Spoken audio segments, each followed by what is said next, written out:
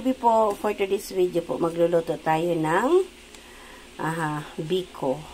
So, instead na brown sugar po ang ating gagamitin, magagamit po tayo ng muscovado. Mas healthy siya. Mas lesser yung tamis. Good po ito sa may mga sugar like me, mga diabetic. O, diba? So, tatawa ko. DIY TV po! Ba? God bless everyone. So, dito po, nag-ano na tayo ng ating gata. Palalatikin muna natin to, palalabasin natin yung kanyang parang oil, ganon. So, yan na yung gata niya. Nagdira lang tayo ng isang basong gata para daw sa toppings mamaya. Alam niyo na, may tagaluto dito ngayon sa bahay. Nandito sa Sisterette para mag-operate. Alam niyo naman ako, wala akong talent talaga dito sa mga ganito-ganito. Pero, try my best. Sige. Magbibiko si Leomer sa ngayon. Kanina nakaluto na kami ng Valenciana. Let's go, Leomer! Ayan. So, anuhin lang natin siya sa malakas na apoy. Palalabasin yung kanyang lana, ay yung kanyang oil, at saka yung latik. Kasi yun yung nagpapasarap, yung naglalatik-latik. Saka natin ilagay ang ating muscovado sugar. See? Okay. Ayun na mga kapalangga, medyo nabubuo-buo na ang... So, ayan na mga kapalangga, may medyo nag-iingay lang sa side by side, kaya medyo nag-post ng kaunti. Ayan. So, medyo buo na yan mga kapalangga, medyo lalatikin pa talaga natin. So, ang palabasin natin yung kanyang latik. Mga kapalangga, ang process sa paggawa ng biko, it takes 1 hour. Ata, bago mo talaga siya maluto talaga. So, it's my first time nagluto kami dito ng biko sa bahay. Usually, ako yung nag-o-order lang kasi una-una, mahal ang gas. Gas talaga ang pinag-aanohan. Ayan. So, mamaya, pag medyo latik na yan, saka natin ilagay yung kanyang asukal. Then, isabay na natin ang kanyang kanin. Nasaing na namin din mga kapalangga yung kanyang malagkit. Okay. If you're malagkit yan mga kapalangga, walang halo. Walang halong choke. Okay po. Saanin ulit natin mga kapalangga. Palalabasin lang natin ang latik niya. Babalikan kita ulit, ha?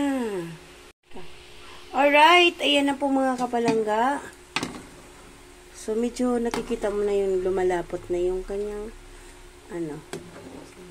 lumalabas konti na yung kanyang oil. So, maglalagay tayo ng konting asin. Panlaban po sa sobrang tamis. Okay, konti lang. More.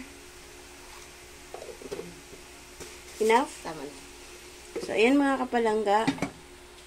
So, konting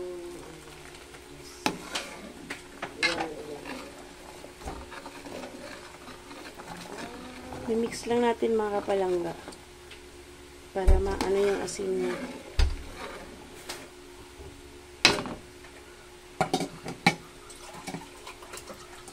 Ito yung mga buo na itong mga kapalangga na yan. Yan. So, yan yung mamayang gagawa ng latik. Magiging latik siya. Alam mo, hindi ko alam yung latik eh. Basta, yan yung nagbibigay ng aroma sa ating biko. Sana all.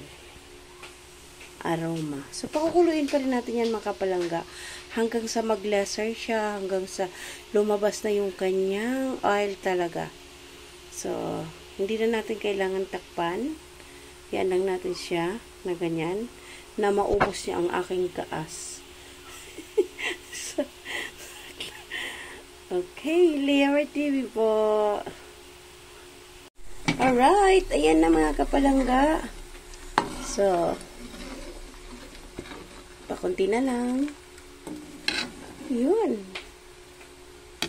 Medyo may lumalabas na kung nakikita. Naputi. So, mamaya pa ulit kunti mga kapalangga. Natutuwa ako sa kapatid ko kasi gagalawin niya. Sabi ko, wag mong galawin, ako ang gagalaw. Ay, may nakita akong parang black. Parang galing sa UFO. Tanggalin natin yan. So, yan. Ay. Nahirapan mo pa ako. Ayan. So, ayan. Nakuha ko na siya mga kabalangga. Ano nang niyog yun? Hindi lang masyado kasi. Okay.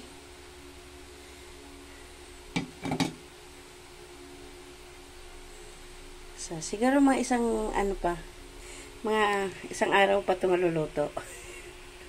Ganun kahaba ang process ng pagluluto ng biko.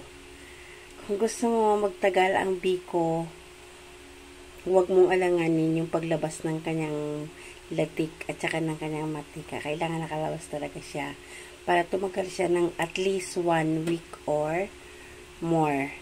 Pag nilagay mo siya sa sa medyo malamig lang na lugar. Malamig talaga na lugar. So, kapag kasi ganyan mga kapalangga, yung na-experience namin dati nung yung mga surubak tayo nung nasa Mindanao ako, yung mga ganyan dati, nilalagyan na yan ng asukal nila ni nanay. So, kinabukasan, medyo nag-moist na siya ba? Nag-moist. So, nag-experience kami na ang gawin namin is palalabasin namin yung mantika. So, ayun, naman siya ng 1 week. Pero, sa dami namin kakain sa Mindanao, hindi siya umabot ng 1 week. Siguro mga 1 day lang. Mga 24 hours lang. Ubos si biko. Hindi, mga kapalangga, kasi ito lang talaga yung namin dati. Wala kami ibang choice kasi nasa bundok kami naninirahan. So, ayun. Kailangan lang natin siya palatikin kasi 4 lang kaming kakain dito. Yung isa, negative pa yun. Baka hindi kakain. So, ayan. Ha? Konti-konti na lang. Konti-konti na lang mauubos ang aking gas. May TV po. Ayan. So, ayan na. So, kayo mga kabalangga, ang gusto ko pang lulutuin, yung sa amin ay salitang ibos. Ayan na. See? Lea Mar TV. Alright. So, ayan na mga kabalangga. So, ayan. Lumalabas na yung kanyang paanohin pa talaga natin. Kailangan maglasar talaga yung kanyang gata. Yung maiiwan na lang, yung matitira is yung kanyang oil. Tsaka parang magba-brown. Parang magba-brown siya, mga kapalangga, yung kanyang gatik. Ganyan siya.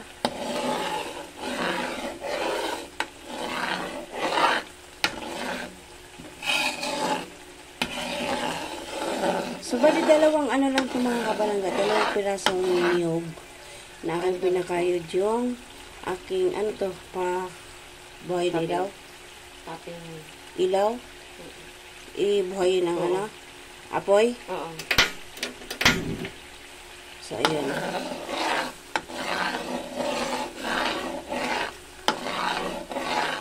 So, okay. Pwede na ilagay? Mamaya-maya konti. Palabasin talaga daw yung kanyang latik. Na mag-brown. Na mag-brown daw yan. Yung mga white-white niya yan. Palalabasin daw talaga. Magiging brown talaga siya. Bago natin ilagay yung ating moscovado sugar.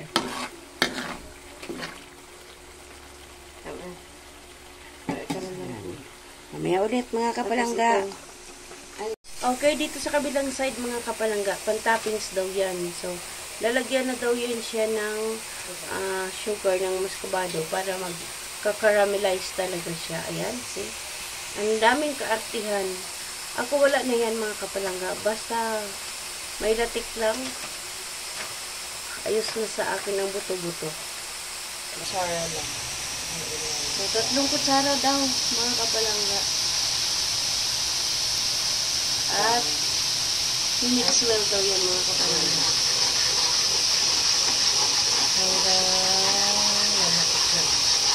Palalaputin daw yung mga kapalangga sa kabila mataas. ang aking cellphone. Ayan. Pag magiging ano na yan, magiging caramelized na. Sigil na siya kasi pang toppings daw yan mga kapalangga. O see? Okay, let us see the result. Okay, yan mga kapalangga. Ayan. So, yan yung bini-wait namin na medyo magba-brown pa po yan. Bali, ano na po siya talaga mga kapalangga. Brown na siya. Yan. Diyan sa kabilang side, nagka-caramelize kami ng sugar na with gata. Pang toppings daw yan mga kapalangga. Hindi pa siya masyadong malapot.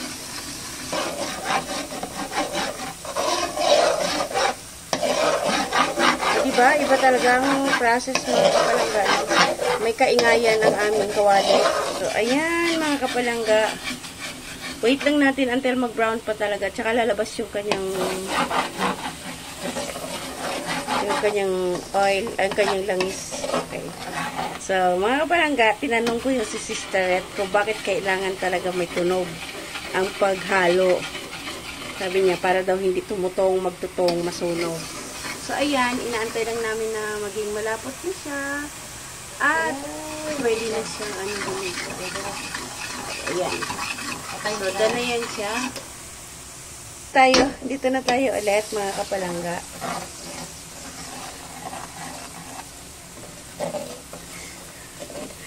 So, ayan, ganun pala eh. Pwede naman smooth lang yung paghalo. Hindi labas talaga ang tunog. So, yan mga kapalangga. Habang ako ay nag-live dyan sa aking channel. Mega love shoutout po sa lahat ng sumusupport sa aking channel. Yan. Tatanggalin na natin. Tatanggalin na daw yan. Oh.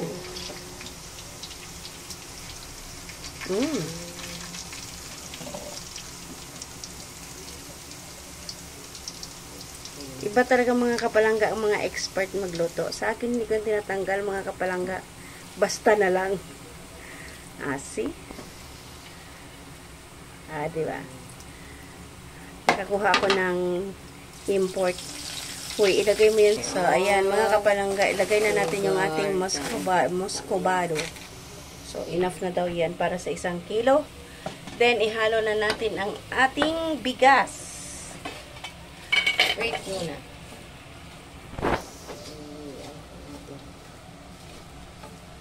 Sige na. Oops. Yan, mga kapalangga. Haha. Good luck. Sige. Pahinaan na lang natin yung ating apoy. Wait muna po, ha? So, kailangan low fire na lang siya, mga kapalangga. Lagay na lahat yung ating rice. Sticker rice. Pure yan, mga kapalangga, na sticker rice. Hindi ako naghalo ng kasama yung tutong. Kasi ang tutong masarap. Diba? So, mix lang natin mga kapalangga. So, yan, mix na lang natin mga kapalangga. Shout out lang muna sa pumapasok sa aking live. Basta si Leymar ay nagluluto ng biko, nagbibideo pala para sa ating biko. Sa kalag-kalag. Happy kalag-kalag dyan. Happy kalag-kalag daw. Happy Halloween. Okay. So, mamaya na lang kami magsindi ng candle sa labas ng bahay kasi hindi kami nakauwi sa Batangas at saka sa Mindanao. Bahala na lang yung aming mga kamag-anak doon para sindihan yung puntod ng aming palangga, aming mahal na ama at ina at mga kapatid.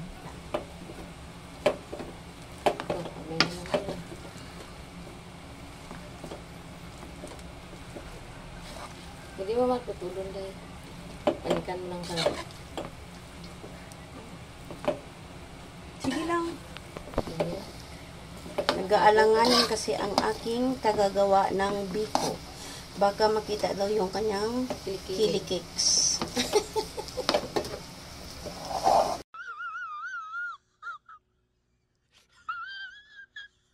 Yan na mga kapalangga. So, kailangan lahat ng white na yan ay maano siya ng maano talaga siya, mako-coat siya sa sugar. So, kailangan imamasa. Kaya, ang pawis sa kilikili ng aking tagaluto ay lumabas na. Oh my God! Wow! So, mamaya ko na lang anin. Huwag po kayo mag-alala at malayo naman. Yung malayo siya. Malayo talaga siya. Hindi niya talaga, hindi ito mapapatakan. Okay. So, ayun na.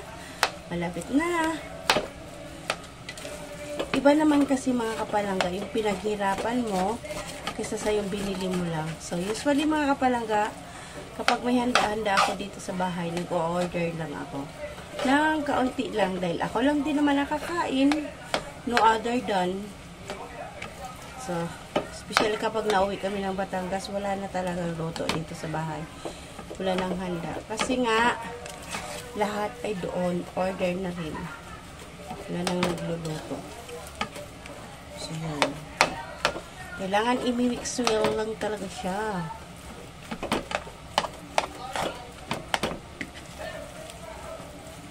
Ha?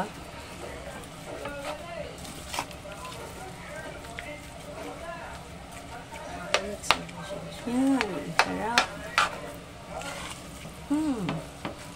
So, ganyan ang process mga kapalangga ha.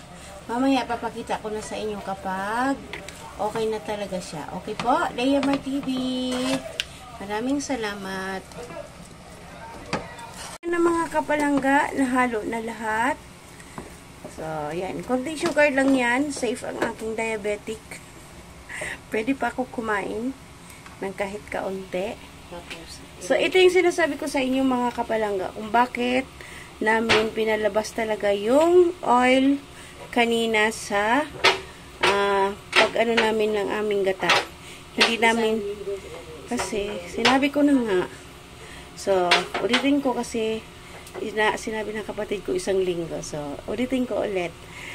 Kailangan 1 week siya maubos. Hindi siya pwedeng ubusin ng isang araw lang kasi ang ating mga sugar. So, ayan. So, aside from that mga kapalangga, pwede mo tong halimbawa, travel mo via sasakay ka ng barko. Dati ganun, naiuwi ko dito yung biko na hindi talaga siya nag-moist. So, ayan. So, ayan. So, hanggang dito na lamang. Kasi ilalagay na natin siya sa ano, lalagyan ng toppings na yung aming ginawang na sugar din. So, Layamar TV po. Bye. See you around mga kapalangga. Happy Halloween everyone. Stay safe po tayo. Sa dako ng mundo man tayo naroroon.